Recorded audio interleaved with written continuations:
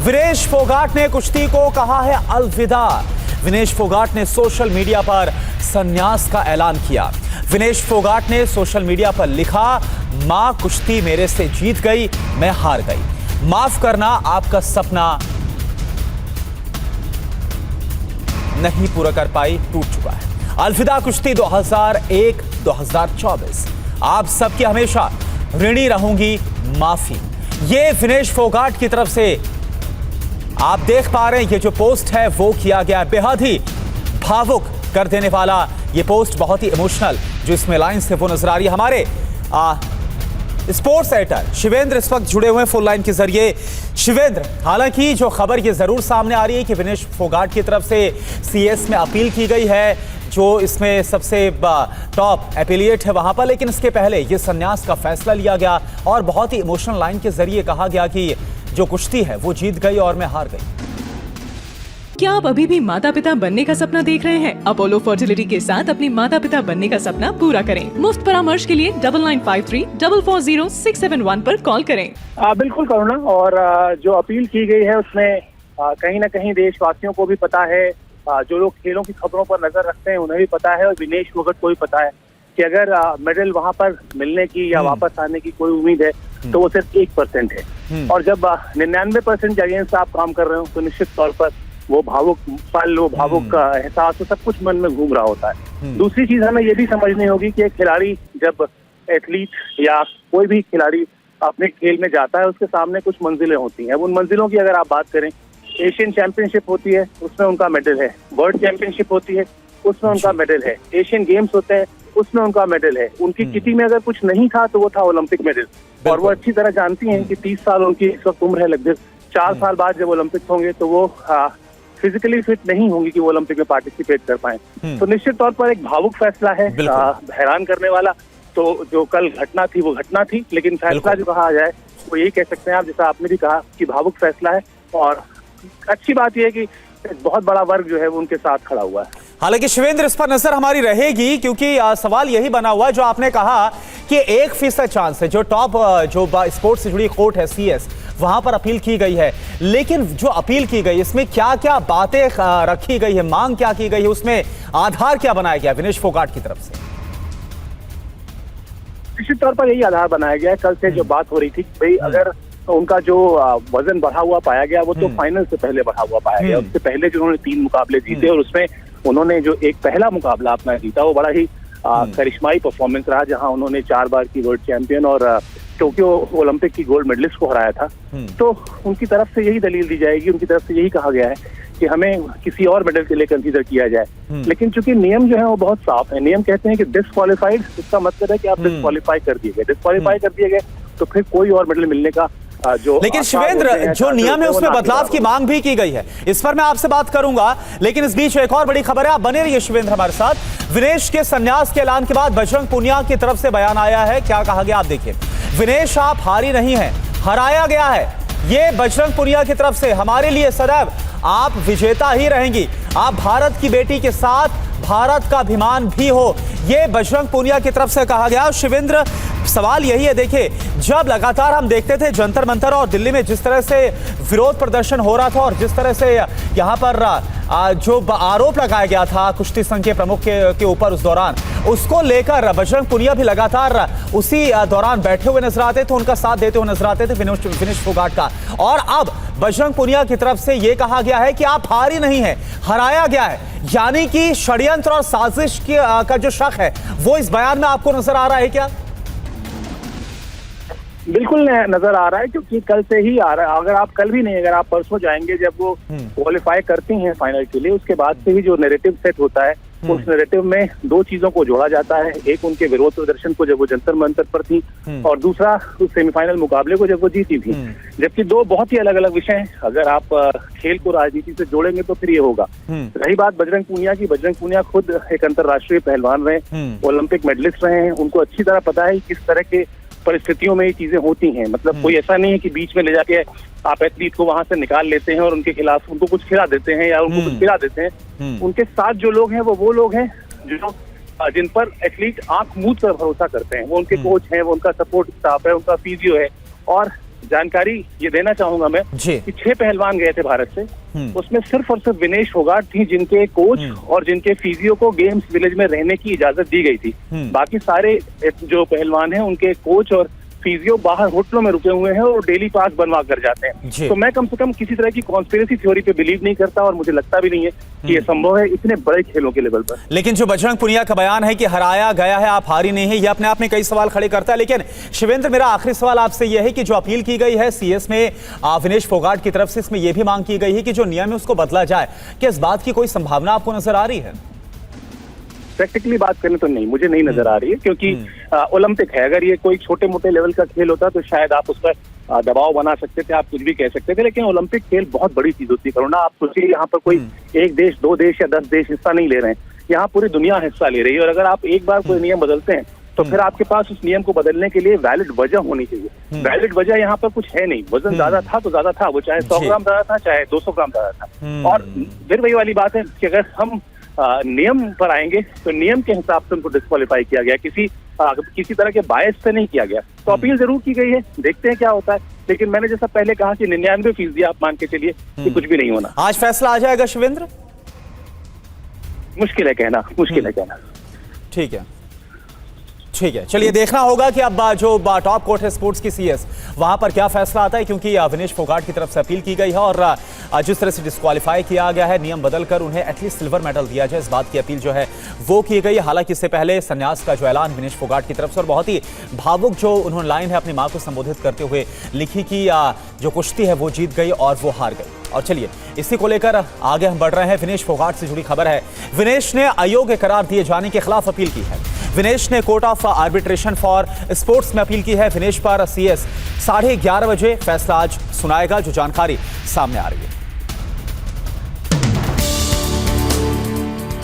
विनेश फोगाट ने court of arbitration for sports में appeal दायर की है, जिसे लेकर आज अंतिम फैसला आ सकता है। फैसला विनेश के पक्ष में होता है तो विनेश को संयुक्त रूप से सिल्वर मेडल दिया जा सकता है। सीएस खिलाड़ियों के हित में फैसला लेने के लिए मशहूर है।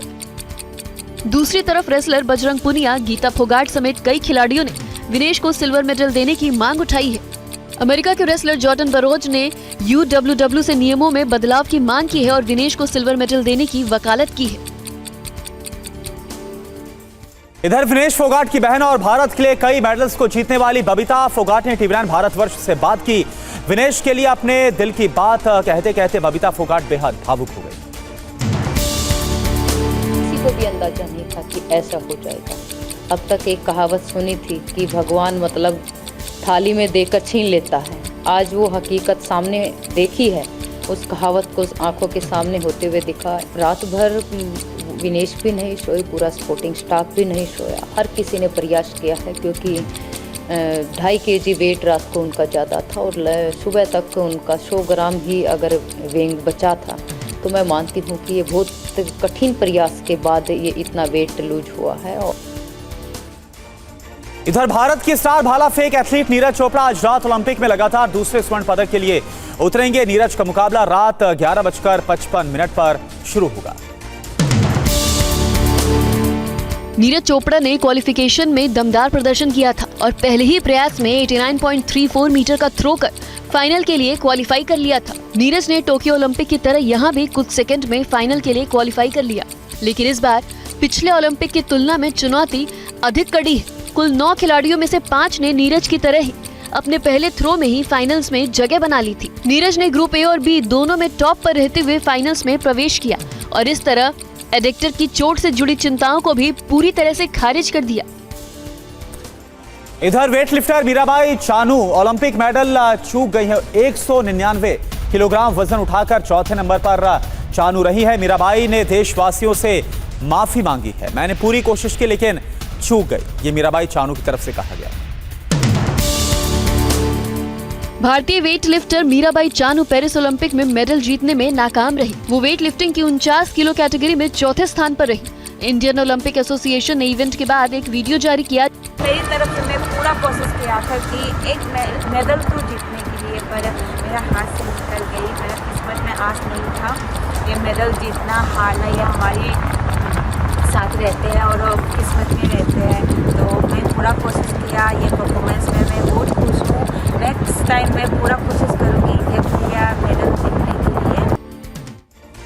और वहीं ओलंपिक हॉकी में Bharat Spain bronze medal match आज है। ओलंपिक में लगातार दूसरा ब्रॉन्ज जीतने का मौका है। ये कप्तान Harmanpreet top goal scorer. Paris Olympic की मेंस हॉकी में आज भारत ब्रॉन्ज मेडल के लिए खेलेगा। भारत का मुकाबला स्पेन से आज शाम 5:30 बजे होगा। भारत अगर मैच जीतता है तो ओलंपिक में लगातार दूसरा ब्रॉन्ज मेडल जीत जाएगा। इससे पहले टीम इंडिया ने टोक्यो ओलंपिक में जर्मनी को हराकर ब्रॉन्ज जीता था। हरमनप्रीत सिंह की कप्तानी में टीम एकजुट दिख रही है और ब्रॉन्ज मेडल जीतने की बड़ी दावेदार भी है। हरमन अब तक 8 गोल कर चुके हैं। वो दुनिया के टॉप ड्रैग फ्लिकर्स में से एक है। भारत के मैच के बाद रात 10:30 बजे से जर्मनी और नीदरलैंड के बीच गोल्ड के लिए फाइनल मैच खेला जाएगा। भारत की डबल मेडल विजेता निशानेबाज मनु भाकर पेरिस ओलंपिक में ऐतिहासिक प्रदर्शन के बाद वापस स्वदेश लौट आई हैं। पेरिस में इतिहास रचने के बाद मनु भाकर ने सोनिया गांधी से मुलाकात भी की। पेरिस में इतिहास रचने के बाद मनु भाकर ने 10 जनपद पर सोनिया गांधी से मुलाकात की। सोशल मीडिया पर इसकी तस्वीर भी सामने आई। इस दौरान सोनिया गांधी ने उन्हें बधाई दी और भविष्य की खेल प्रतियोगिताओं के लिए शुभकामनाएं भी दी। इससे पहले दिल्ली के इंदिरा गांधी इंटरनेशनल एयरपोर्ट पर उनका जोरदार स्वागत हुआ। एयरपोर्ट से बाहर आते ही माता पिता ने गले लगाकर उनका माथा चूम लिया। मनु के साथ उनके कोच जसपाल राणा का भी जोरदार स्वागत हुआ। मनु एक ही ओलंपिक में 2 पदक जीतने वाली पहली भारतीय है। देश लौटने पर मनु ने कहा, मैं बेहद खुश हूँ कि इतना प्यार मिल रहा है। और वहीं मनु भाकर पेरिस ओलंपिक के समापन समारोह में भारत की ध्वजवाहक होंगी। मनु भाकर ने कहा है कि ओलंपिक में भारत के लिए 2 मेडल जीतने पर गौरव हो रहा है। मैं इसकी खुशी शब्दों में बयान नहीं कर सकती। बहुत खुशी हो रही है। जिस तरीके का स्वागत किया गया एयरपोर्ट पे भी और यहाँ होटल में भी, मुझे बेहद खुशी है कि लोगों से इतना सारा प्यार मिल रहा है और इतना सपोर्ट कर रहे हैं। और मैं उम्मीद करती हूँ कि आगे भी ये यूं ही बरकरार रहेगा। मैं भी यूं ही मेहनत करती रहूँगी और अपना बेस्ट देती रहूँगी। बहुत अच्छा लग रहा है क्योंकि बहुत लंबे समय से मैंने इंडियन खाना नहीं खाया था अच्छे से, और यहाँ पहले ही स्वागत में मुझे आलू के पराठे और बहुत सारे और व्यंजन खाने को मिले, तो बहुत अच्छा लगा। और बांग्लादेश के हालात को लेकर बड़ी खबर है। बांग्लादेश के अंतरिम सरकार का शपथ ग्रहण। बांग्लादेश में मोहम्मद यूनुस आज शपथ लेंगे। यूनुस अंतरिम सरकार के चीफ एडवाइजर के तौर पर शपथ लेंगे। रात 8 बजे होगा अंतरिम सरकार का शपथ। मोहम्मद यूनुस आज आधिकारिक रूप से बांग्लादेश की कमान संभालेंगे। मोहम्मद यूनुस आज रात 8 बजे शपथ लेंगे। मोहम्मद यूनुस अंतरिम सरकार के चीफ एडवाइजर के तौर पर शपथ लेंगे। उनके साथ 14 और लोग भी शपथ लेंगे। मोहम्मद यूनुस का शपथ ग्रहण राष्ट्रपति भवन में होगा, जिसमें 400 से ज्यादा लोग मौजूद रहेंगे। अंतरिम सरकार की शपथ के बारे में सेना प्रमुख जनरल वकार उस जमा ने जानकारी दी है। मोहम्मद यूनुस अभी बांग्लादेश से बाहर है। वो दोपहर 2 बजे ढाका पहुँचेंगे। बांग्लादेश में हिंसा, राजनीतिक उथल पुथल और शेख हसीना के इस्तीफे के बाद अंतरिम सरकार का गठन हो रहा है। और TV9 से बोले शेख हसीना के बेटे साजिद वाजिद, शेख हसीना अभी भारत में ही रहेंगी। साजिद वाजिद ने कहा है, बांग्लादेश में दंगों के पीछे ISI पाक का हाथ है। बांग्लादेश का हाल सीरिया वाला हो गया है। तो साजिद वाजिद ने ये बयान दिया है। अभी उनकी और कहीं जाने का प्लान नहीं है। मुझे लगता है कोई ना कोई ये प्लान करके करा। सिर्फ ये जो रात में slogan, not just slogan, they were given firearms. So where did those weapons come from? They can only come from a foreign source, from a intelligence service. I'm sure of it. I'm convinced यहाँ ISI involved, Steve. Sajid Wajid ने हिंदुओं पर हमले को लेकर TV9 से कहा है, बांग्लादेश में हिंदू सुरक्षित नहीं है। ये साजिद वाजिद की तरफ से कहा गया। बांग्लादेश में अब हिंदुओं को बचाने वाला कोई नहीं है। साजिद वाजिद का ये बयान। शेख हसीना को बांग्लादेश में मारने की तैयारी थी। बांग्लादेश में हिंदुओं को जानबूझकर टारगेट किया जा रहा है। बांग्लादेश में अवामी लीग के लोग सुरक्षित नहीं है, ये बयान दिया गया। मिलिटेंट फोर्स है, ये सब समय हिंदू को टारगेट करते हैं। हमारे स्टूडेंट्स डेमोन्स्ट्रेटर्स उन्होंने बोला कि वो मंदिर को प्रोटेक्ट करेंगे, लेकिन उनके तो इतनी आदमी नहीं है। तो हिंदू के ऊपर हमला चल रहा है, अवामी लीग छोड़ के ये स्टॉप करना बहुत बहुत मुश्किल है।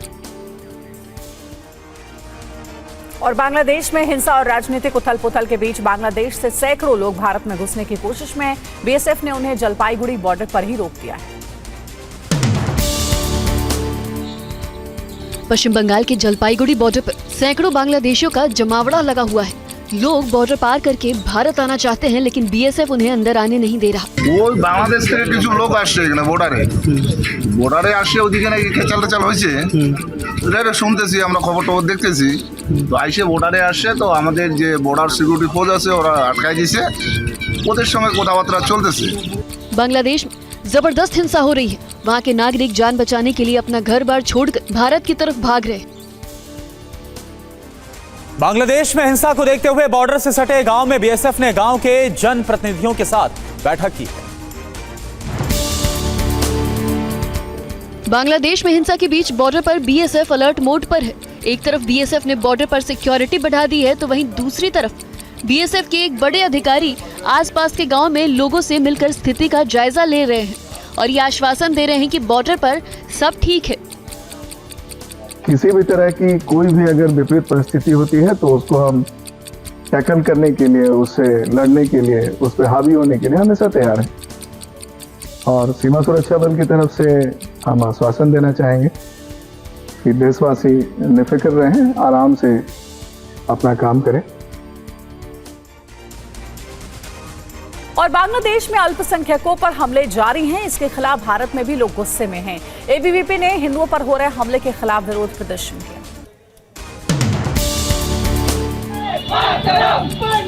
बांग्लादेश में हिंदुओं पर हो रहे हमले के खिलाफ लोगों का गुस्सा है। तस्वीरें असम के करीमगंज की हैं, जहां एबीवीपी कार्यकर्ताओं ने बांग्लादेश में हिंदुओं पर हो रही हिंसा के खिलाफ प्रदर्शन किया और भारत सरकार से एक्शन लेने की मांग भी की। हाथों में बैनर, पोस्टर और मशाल लेकर प्रदर्शन कर रहे हैं। एबीवीपी के पोस्टर पर स्लोगन लिखा है, बांग्लादेश में हिंदुओं को बचाओ। बांग्लादेश में लगातार हिंदुओं और उनके मंदिर पर हमला हो रहा है, उनके साथ मारपीट हो रही है और मंदिर और मूर्तियों को तोड़ा जा रहा है। और वहीं दिल्ली में हुए कोचिंग हादसे से जुड़ी खबर है। सीबीआई की टीम ने कोचिंग हादसे की जांच शुरू कर दी है। जांच के लिए सीबीआई की टीम दिल्ली के ओल्ड राजेंद्र नगर में कोचिंग सेंटर पहुंची।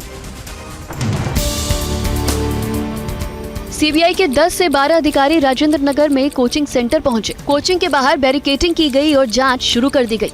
सीबीआई की टीम ने कई घंटों तक कोचिंग सेंटर की बिल्डिंग और बेसमेंट में जांच कर सबूत जुटाए। आपको बता दें कि 27 जुलाई को राव कोचिंग सेंटर के बेसमेंट में पानी भरने से 3 छात्रों की डूबकर मौत हो गई थी। मामला कोर्ट में गया। हाईकोर्ट ने इस मामले में दिल्ली पुलिस और एमसीडी को जमकर फटकार भी लगाई थी। दिल्ली हाईकोर्ट ने मामले की जाँच सीबीआई को सौंप दी थी। कोर्ट के निर्देश के बाद सीबीआई ने कोचिंग हादसे में एफआईआर दर्ज की है। वहीं दोषियों के खिलाफ कड़ी कार्रवाई को लेकर दिल्ली में छात्रों ने कल भी प्रदर्शन किया। तीनों छात्रों के लिए इंसाफ की मांग की। टीवी9 संवाददाता जितेंद्र भाटी ने प्रदर्शन कर रहे छात्रों से बातचीत। अब आपको क्या उम्मीद है कि मिलेगा जस्टिस? सर देखिए, जस्टिस की जितनी बात है, सीबीआई को फैक्ट फाइंडिंग के लिए भेजा गया। क्या एग्जैक्ट डिटेल ऑफ इवेंट्स या सीक्वेंस ऑफ इवेंट रहे हैं, उसके लिए हमें बच्चों को आश्वासन है। कोर्ट पे हमें विश्वास है, तो जस्टिस का हमें उम्मीद है।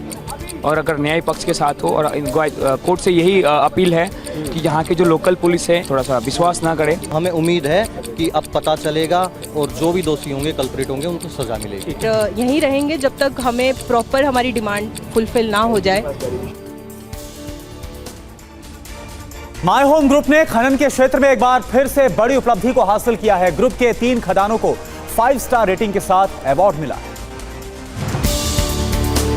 My home industries private limited जो कंपनी है जो इसे ऑपरेट करती है, उस माइन के टीम को मैं आमंत्रित करता हूं। राष्ट्रीय स्तर का ये सम्मान माई होम लाइमस्टोन माइन और my home industries private limited को लाइमस्टोन माइन के क्षेत्र में बेहतरीन काम करने के लिए मिला है। देश भर में 68 खदानों को 5 स्टार रेटिंग दी गई है, जिनमें से माई होम ग्रुप के 3 खदानों को 5 स्टार रेटिंग मिली है। इस मौके पर केंद्रीय मंत्री जी किशन रेड्डी ने कहा कि सरकार ने खनन को नई दिशा देने के लिए नीतिगत कदम उठाए हैं।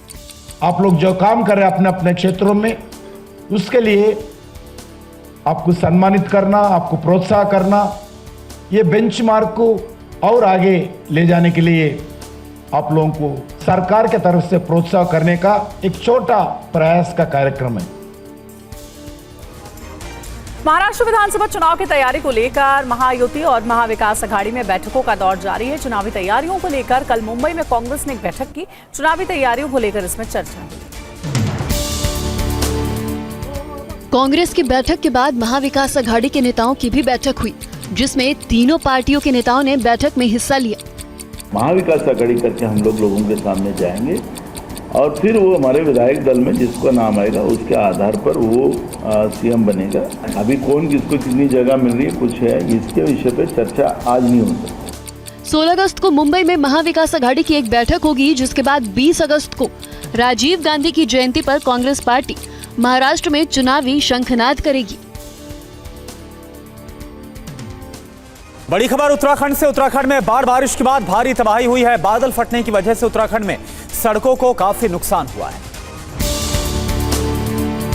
सड़क बहने की वजह से केदारनाथ धाम यात्रा रुकी हुई है, जिसे खोलने की कोशिशें भी जारी हैं। सोनप्रयाग में नेशनल हाईवे की टीम सड़क को बनाने में जुटी है। पहाड़ों से गिरे हुए पत्थरों को जेसीबी से हटाया जा रहा है। 31 तारीख को बादल फटने की वजह से सोनप्रयाग और गौरीकुंड के बीच करीब 1.5 किलोमीटर सड़क बह गई थी, जिसे पोकलैंड मशीन के जरिए खोलने के लिए काम जारी किया गया है। इसके साथ ही सोनप्रयाग पुल के पास जो सड़क क्षतिग्रस्त हो गई थी, उसका पुख्ता निर्माण कार्य भी शुरू कर दिया गया है। फिलहाल रेस्क्यू टीम ने केदारनाथ से छोटी लिंचोली तक सड़क को पैदल यात्रियों के लिए खोल दिया है। बिहार के मुजफ्फरपुर से यूट्यूब पर वीडियो देखकर बम बनाने का मामला सामने आया है। बम बनाने वाले सभी नाबालिग बच्चे। मुजफ्फरपुर के गायघाट इलाके में 5 बच्चे यूट्यूब पर वीडियो देख बम बनाने की कोशिश कर रहे थे। तभी जोरदार धमाका हो गया, जिसमें 5 बच्चे झुलस गए। बच्चे डर कर अपने अपने घर भागे, जिसके बाद घर वालों ने इलाज के लिए अस्पताल लेकर आए, जिसमें से 3 बच्चों का अभी भी इलाज चल रहा है। बारूद से बच्चों का हाथ, पैर और चेहरा झुलस गया है। घायल बच्चों में 3 एक ही परिवार के हैं। कोशिश कर रहे थे कि कैसे नया पटाखा बना सकते हैं, उसी के दौरान वो विस्फोट हो गया है, जिसमें से 2 बच्चे अभी पीएचसी में गए हैं जो आंशिक रूप से घायल हैं।